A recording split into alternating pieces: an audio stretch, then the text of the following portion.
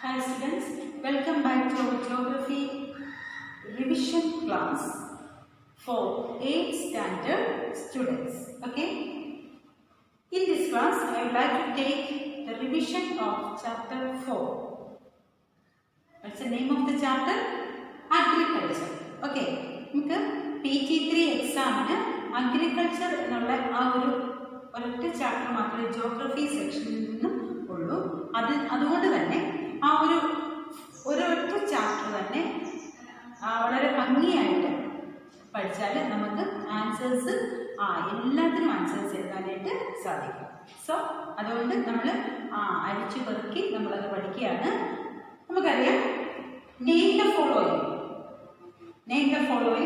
fill in the blanks, match the following, answer the following questions. Answer the following questions means in one sentence, then difference, subsistence farming and intensive farming and difference ചോദിക്കാം. അങ്ങനെ difference എഴുതാൻ ചോദിക്കാം.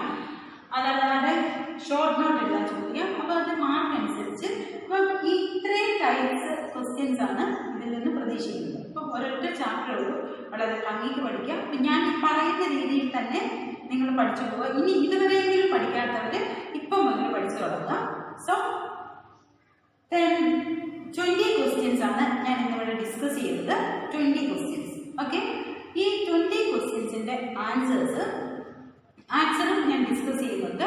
നിങ്ങൾ ഇത് നോട്ട്ബുക്കിൽ revision എന്നെഴുതി നിങ്ങൾ എഴുതി പഠിച്ചു വെക്കുക.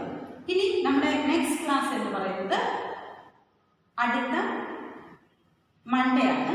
അടുത്ത മൺഡേയിൽ ക്ലാസ് എടുക്കുന്നതിന് മുമ്പായിട്ട് നിങ്ങൾ എല്ലാവരോടും ഞാൻ ഓരോ ദിവസവും ഇന്ന ദിവസം എന്ന് പറയുന്നില്ല. അതായത് ഇപ്പോൾ ഇന്ന് മൺഡേ, വെനസ്ഡേ മുതൽ ട്യൂസ്ഡേ ഒരു ദിവസം പഠിക്കാനായിട്ട് തരുന്നു. Wednesday, Thursday, Friday, Saturday, Sunday, പിന്നെ മൺഡേ നമുക്ക് നെക്സ്റ്റ് ക്ലാസ് ഉണ്ട്. അന്നേരം ഞാൻ ക്വസ്റ്റ്യൻ പേപ്പർ ഡിസ്കസ് ചെയ്യും. അതുകൊണ്ട് ഈ ഒരു ചാപ്റ്റർ ഉള്ളതുകൊണ്ടാണ്. അപ്പം ഈ ദിവസങ്ങളിൽ ഏതെങ്കിലും ഒരു ദിവസം നിങ്ങളോട് ഞാൻ വീട്ടിൽ നിങ്ങളുടെ ഓരോരുത്തരുടെയും പേഴ്സണൽ നമ്പറിൽ ഞാൻ വിളിച്ച് ചോദിക്കുന്നതായിരിക്കും. ഓക്കെ, അതിൻ്റെ ടൈം ഞാൻ പറയുന്നത് 7 to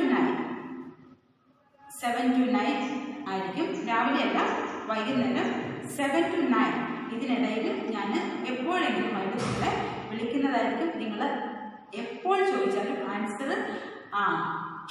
നന്നായിട്ട് പറയുന്നതിന് വേണ്ടിയിട്ട് പഠിച്ചു കൊടുക്കാം. ഓക്കെ,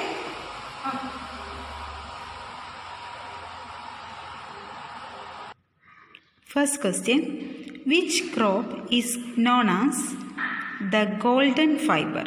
ഗോൾഡൻ ഫൈബർ എന്ന പേരിൽ അറിയപ്പെടുന്ന ക്രോപ്പ് ഏതാണ്? ഓർമ്മയുണ്ടോ? ആൻസർ ജൂട്ടാണ്. ജൂട്ടിനെ കുറിച്ചുള്ള മറ്റുള്ള കാര്യങ്ങളിലൂടെ പറയുന്നു. It grows well on alluvial soil. Jute alluvial സോയിലാണ് ഏറ്റവും നന്നായിട്ട് വളരുന്നത്. ആൻഡ് റിക്വയർസ് ഹൈ ടെമ്പറേച്ചർ, അതുപോലെ തന്നെ heavy rainfall and humid climate. ഇതൊക്കെയാണ് ജൂട്ടിനെ കുറിച്ച്, അതായത് ജൂട്ട് വളരാൻ ആവശ്യമായിട്ടുള്ള സാഹചര്യങ്ങൾ. Then India and Bangladesh are the leading producers of jute. ജൂട്ടിൻ്റെ ലീഡിംഗ് പ്രൊഡ്യൂസേഴ്സാണ് ഇന്ത്യയും ബംഗ്ലാദേശും.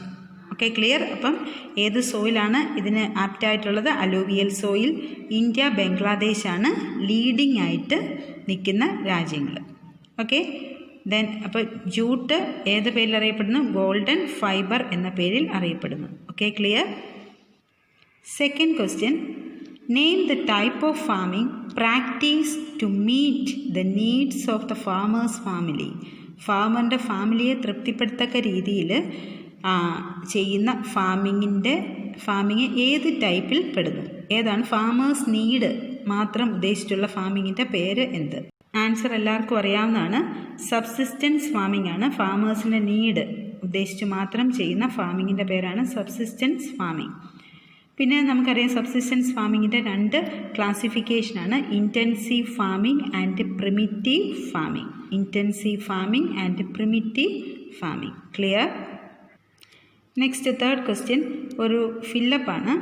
Dash is the staple diet of tropical and sub tropical regions. Staple ഡയറ്റായിട്ട് അറിയപ്പെടുന്നത്, അതായത് ട്രോപ്പിക്കൽ റീജിയനിലെയും സബ് ട്രോപ്പിക്കൽ റീജിയൻസിലെയും സ്റ്റാപ്പിൾ ഡയറ്റ് ഏതാണ്?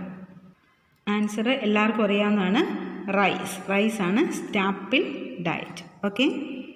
Fourth question, wheat is grown in dash season in India. Wheat ഏത് സീസണിലാണ്, ഇന്ത്യയിൽ ഏത് സീസണിലാണ് വീറ്റ് വളരുന്നത്? ഓക്കെ, ആൻസർ അറിയാം നിങ്ങൾക്ക് എല്ലാവർക്കും. വിൻ്റർ സീസണിലാണ് വീറ്റ് ഇന്ത്യയിൽ വളരുന്നത്. Fifth question, dash means commercial rearing of silk worm. Silk വേമിനെ വളർത്തുന്നതിന് പറയുന്ന അതിന് പറയുന്ന പേരെന്ത്? Silk worm. നിങ്ങൾക്കറിയാം, sericulture. Okay, sericulture. Dash includes growing of vegetables, flowers and fruits for commercial use. Commercial യൂസിനായിട്ട് ഫ്ലവേഴ്സ്, ഫ്രൂട്ട്സ്, വെജിറ്റബിൾസ് ഇവ grow ചെയ്യുന്ന പ്രോസസ്സിന് പറയുന്ന പേര് എന്ത്? Answer horticulture. കൊമേഴ്ഷ്യൽ രീതിയിൽ വെജിറ്റബിൾസ്, ഫ്രൂട്ട്സ് ഒക്കെ വളർത്തുന്നതിനാണ് ഹോർട്ടികൾച്ചർ എന്ന് പറയുന്നത്. സെറി കൾച്ചർ എന്ന് പറയുന്നത് എന്താണ്? സിൽക്ക് വേംസിനെ റിയർ ചെയ്യുന്നതാണ്. ഓക്കെ, മറക്കരുത്. ഇത് രണ്ടല്ല, അതുപോലെ തന്നെ വേറെ കൾച്ചറുകളുണ്ട്, അതും കൂടി നിങ്ങൾ ബൈ ഹാർട്ട് ചെയ്യുക. ദെൻ ഒരു മാച്ച് ദ ഫോളോയിങ് ആണ് അടുത്തത് കൊടുത്തിരിക്കുന്നത്. Golden fibre, wheat, jute, millet, rice. ഏതാണെന്ന് നിങ്ങൾക്ക് ഇപ്പം തന്നെ കിട്ടിക്കാണും. ദെൻ നിങ്ങളുടെ മനസ്സിൽ വയ്ക്കുക. അതുപോലെ തന്നെ ചൈനയുമായിട്ട് ഏതാണ് wheat, jute, millet, rice? Loamy soil, sandy soil. നിങ്ങൾ മനസ്സിൽ ഓരോ ആൻസർ കരുതുക. നിങ്ങൾ മനസ്സിൽ വിചാരിച്ച ആൻസർ ആണോ എന്ന് ശ്രദ്ധിക്കുക. So watch it. Golden fibre നമുക്കറിയാം ജൂട്ട്, ചൈന റൈസ്. അതായത് റൈസിൻ്റെ കാര്യത്തിൽ മുൻപന്തിയിൽ നിൽക്കുന്ന ലീഡിംഗ് കൺട്രിയാണ് ചൈന. ദെൻ ലോമി സോയിൽ വീറ്റിനാണ് ആപ്റ്റായിട്ടുള്ളത്. അതുപോലെ തന്നെ സാൻഡി സോയിൽ മില്ലറ്റിനാണ്. ക്ലിയർ ആയോ? Eighth question, in what sorts of areas are agricultural activities concentrated? ഏതെല്ലാം ഏരിയാസിലാണ് അഗ്രികൾച്ചറൽ ആക്ടിവിറ്റീസ് കോൺസെൻട്രേറ്റ് ചെയ്തിരിക്കുന്നത്? Answer, agricultural activities are concentrated in those areas of the world which have suitable conditions of growing crops. Agricultural activities concentrate ചെയ്തിരിക്കുന്നത് എവിടെയാണ്? Areas of the world which have suitable conditions. ഓരോ ക്രോപ്പിനും പറ്റിയ ഓരോ കണ്ടീഷനുണ്ട്. ആ suitable conditions favourable ആയിട്ടുള്ളിടത്താണ് അത് വളരുക. Ninth question, in the USA the farmer usually resides in the farm. Is it true ആണോ false ആണോ എന്ന് മാത്രം പറഞ്ഞാൽ മതി. USA ഫാമേഴ്സ് ആ ഫാമിൽ തന്നെയായിരിക്കും താമസവും. Is it true? Yes, it is true. Okay.